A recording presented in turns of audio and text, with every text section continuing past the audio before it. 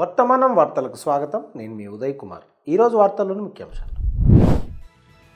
గాజాపై Israel దాడిలో 5 all Jazeera జర్నలిస్టుల మృతి.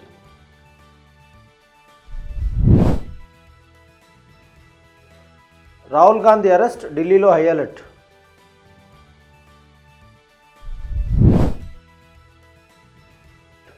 మెజారిటీ ప్రజల మైండ్ సెట్ మార్చడమే లక్ష్యంగా అస్సాంలో ముస్లింల ఇళ్ల తొలగింపు.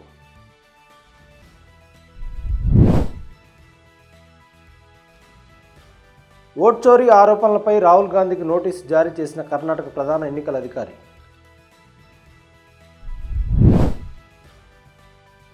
సూక్ష్మ రుణాలు ప్రజల్ని మరింత కష్టాల్లోకి నెడుతున్నాయని ఓ సర్వేలో వెల్లడి. గాజా నగరంలోని ఆల్ షిఫా ఆసుపత్రి సమీపంలో ఇజ్రాయెల్ జరిపిన పాశవిక దాడిలో కనీసం 5 ఆల్ జజీరా జర్నలిస్టులు మరణించారు. బాధితుల్లో ఆల్ జజీరా కరెస్పాండెంట్లు అనస్ అల్ షరీఫ్, మహమ్మద్ క్రీకే, అలాగే కెమెరామెన్ ఇబ్రాహిం జహీర్, మెమోన్ అలీవా మొహమ్మద్ నౌఫాల్ ఉన్నారని ప్రసారకర్త తెలిపారు. ఆల్ షిఫా ఆసుపత్రి ప్రధాన ద్వారం వెలుపల ప్రెస్ కోసం ఏర్పాటు చేసిన ఒక టెంటును లక్ష్యంగా ఇజ్రాయెల్లో జరిపిన దాడిలో మరణించిన 7 వీరు కూడా ఉన్నారని ఆల్ జజీరా తెలిపింది. దాడి జరిగిన కొద్దిసేపటికే ఇజ్రాయెల్ సైన్యం ఒక ప్రకటనలో అనస్ అల్ షరీఫ్ను లక్ష్యంగా చేసుకున్నట్టు అంగీకరించింది. రిపోర్టును ఉగ్రవాదిగా ముద్ర వేసింది. అతను హమాస్లోని ఉగ్రవాద విభాగానికి అధిపతిగా పనిచేశాడని పేర్కొంది. 28 ఏళ్ల ఆల్ షరీఫ్ తన మరణానికి ముందు ఎక్స్లో పోస్టు చేశారు. గాజా నగరంలో ఇజ్రాయెల్ బాంబు దాడులను తీవ్రతరం చేసింది.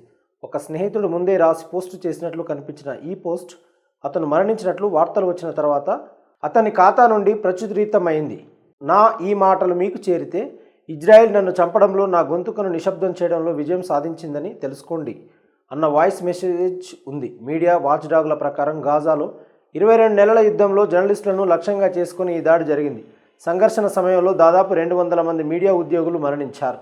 గాజా నగరంలో జర్నలిస్టులను ఉంచే టెంటుపై ఇజ్రాయెల్ లక్ష్యంగా చేసుకున్న దాడిలో all Jazeera journalist Anas all Sharif 4 సహచరులతో పాటు మరణించారని ఖతర్కు చెందిన ప్రసార సంస్థ తెలిపింది. ఆసుపత్రి ప్రధాన ద్వారం వెలుపల జర్నలిస్టుల కోసం ఏర్పాటు చేసిన టెంటును ఢీకొట్టాక 28 ఏళ్ల ఆల్ షరీఫ్ మరణించాడు. ఆల్ జజీరా యాంకర్ తన సహోద్యోగుల మరణ వార్త చదివేటప్పుడు కన్నీళ్లు పెట్టుకుంటున్నట్లు ఉన్న భావోద్వేగ క్లిప్ కనిపించింది. కాగా ఇజ్రాయెల్ సైన్యం దాడి చేసినట్లు ధృవీకరించింది. గాజాలో పనిచేస్తున్న ఛానల్ అత్యంత గుర్తింపు పొందిన ముఖాలలో ఆల్ షరీఫ్ ఒక రెగ్యులర్ కవరేజ్లో రోజువారీ నివేదికలను అందిస్తుంటారు. కాగా గాజాలో జరిగిన ఈ దాడిని ఇజ్రాయెల్ ప్రధానమంత్రి సమర్థించుకున్నారు. దీనికి సంబంధించి ఎక్స్లో సందేశాలను పోస్టు చేశారు. జర్నలిస్టు షరీఫ్ అందించిన చివరి సందేశాలలో గాజా నగరాన్ని తాకిన సమీపంలోని ఇజ్రాయెల్ దాడులను చూపించే ఒక చిన్న వీడియో ఉంది.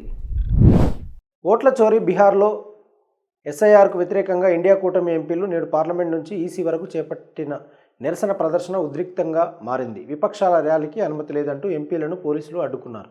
రాహుల్, ప్రియాంక గాంధీ సహా ప్రతిపక్ష ఎంపీలను అరెస్ట్ చేసి బస్సుల్లో తరలించారు. కాగా కేంద్ర ప్రభుత్వం పోలీసులకు వ్యతిరేకంగా ఎంపీల నినాదాలు ఇచ్చారు. అరెస్టు తర్వాత రాహుల్ గాంధీ మాట్లాడుతూ, నిజం దేశం ముందు ఉంది, కానీ వాస్తవం ఏంటంటే వారు మాట్లాడలేరు. ఈ పోరాటం రాజకీయమైనది కాదు. ఈ పోరాటం రాజ్యాంగాన్ని కాపాడటానికి చేస్తున్నాం. ఈ పోరాటం ఓటు కోసం. మాకు స్వచ్ఛమైన ఓటర్ల జాబితా కావాలని రాహుల్ గాంధీ అన్నారు. బీహార్లో ఓట్ల జాబితా సవరణకు నిరసనగా కాంగ్రెస్ అగ్రనేత రాహుల్ గాంధీ నేతృత్వంలో ఇండియా కూటమి ఎంపీలు ఈ ర్యాలీ చేపట్టారు. పార్లమెంట్ నుంచి కేంద్ర ఎన్నికల సంఘం ప్రధాన కార్యాలయానికి బయలుదేరారు. గత లోక్సభ ఎన్నికల్లో ఓట్ల చోరీ జరిగిందంటూ ఎంపీలు నినాదాలు చేశారు.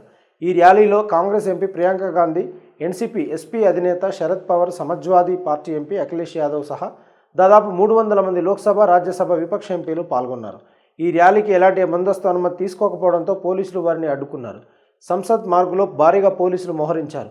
ఈ రహదారిని బ్లాక్ చేసి బారికేడ్లు పెట్టారు. దీంతో పరిస్థితి ఉద్రిక్తంగా మారింది. అఖిలేష్ యాదవ్ సహా కొంతమంది ఎంపీలు బారికేడ్లు దూకేందుకు ప్రయత్నించారు. వాటిపైకి నెక్కి నిరసన వ్యక్తం చేశారు. పోలీసులు వారిని నిలువరించారు. విపక్ష ఎంపీలు అక్కడే బైఠాయించి నిరసన కొనసాగించారు.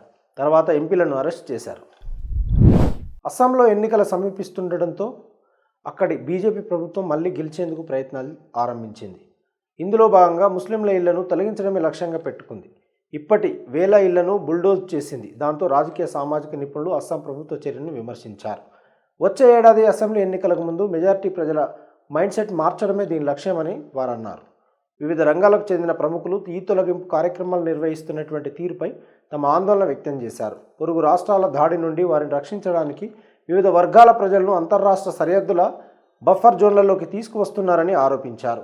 ఈ ప్రాంతాలు ఇప్పటికే అస్సాం భూమిని ఆక్రమించుకున్నాయని పీటీఐ నివేదించింది. ఈ ఏడాది జూన్ నుండి రాష్ట్ర ప్రభుత్వం కనీసం 9 సార్లు ప్రధాన తొలగింపు కార్యక్రమాలు నిర్వహించింది.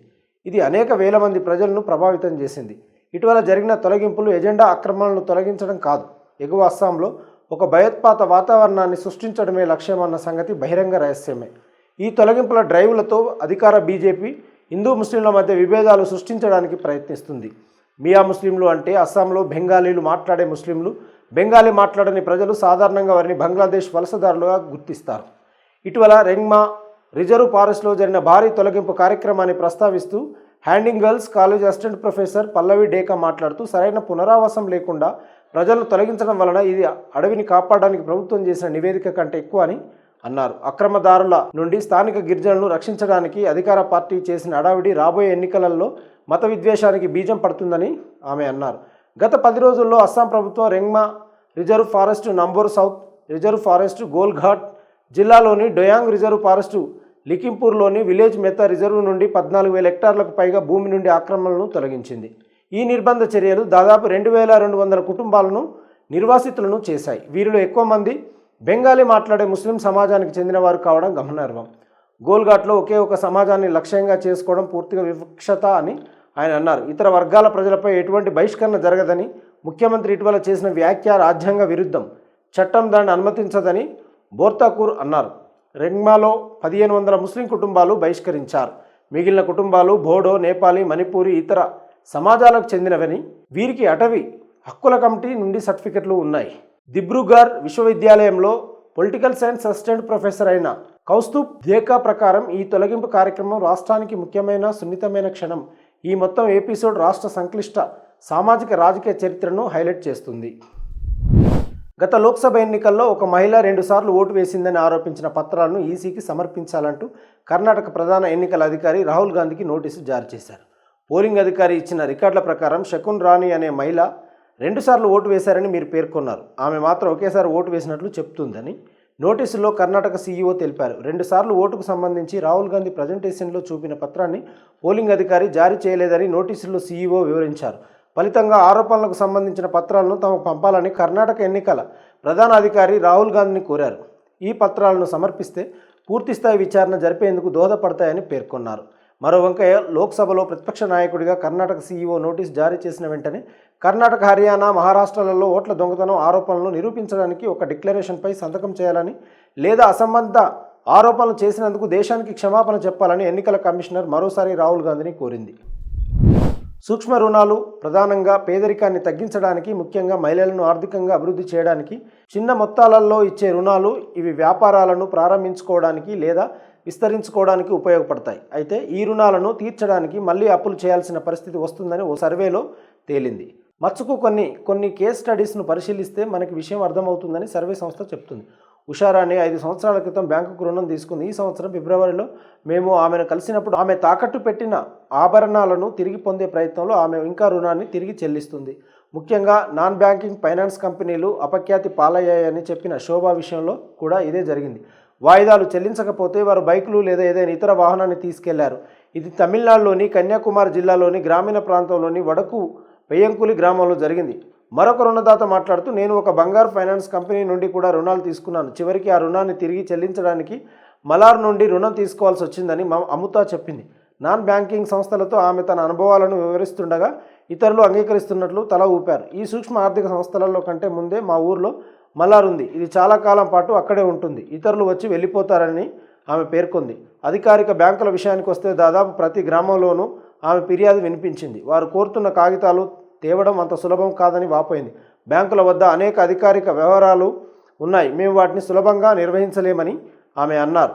కన్యాకుమారిలో 30 ఏళ్ల మహిళా సమిష్టి గ్రూపు అయిన Mahalir association for literacy awareness and rights Malar చుట్టూ ఉన్న క్రెడిట్ ల్యాండ్స్కేప్ను అర్థం చేసుకోవడానికి విస్తృతమైన ఇంటర్వ్యూలు, సమూహ చర్చలు, సర్వేతో కూడిన క్షేత్ర ఆధారిత సూక్ష్మ అధ్యయనాన్ని నిర్వహించామని చెప్పింది. ఉషారాణి మాదిరిగానే మా సర్వేలో పాల్గొన్న వారిలో 30% మంది తమ బంగారం తనఖాను వినిపించడానికి మరొక క్రెడిట్ సంస్థ వద్ద నుంచి రుణాలు తీసుకున్నారని చెప్పారు. ఈ కలత పెట్టే వాస్తవం గ్రామీణ పేదల తీవ్ర ఆర్థిక పరిస్థితులను దోచుకుంటున్న ప్రైవేట్ బంగారు ఫైనాన్స్ కంపెనీల చొరబాటును చూపిస్తుంది. ప్రజలు అనేక వనరుల నుండి రుణాలు తీసుకొని వారి రికవరీ ఏజెంట్ల చేతిలో తమ ప్రాణాలు పోగొట్టుకున్న సందర్భాలు ఉన్నాయి. వాస్తవ వార్తలకు ప్రమాణం టీవీ వర్తమానం. ఈ వార్తలు ఇంతటితో సమాప్తం. మరిన్ని విషయాలతో మళ్ళీ కలుద్దాం. నమస్కారం. సబ్స్క్రైబ్ చేయండి, లైక్ చేయండి, షేర్ చేయండి, కామెంట్ చేయండి. వర్తమానాన్ని ప్రజల్లోకి తీసుకెళ్ళండి. ధన్యవాదాలు. Thank you.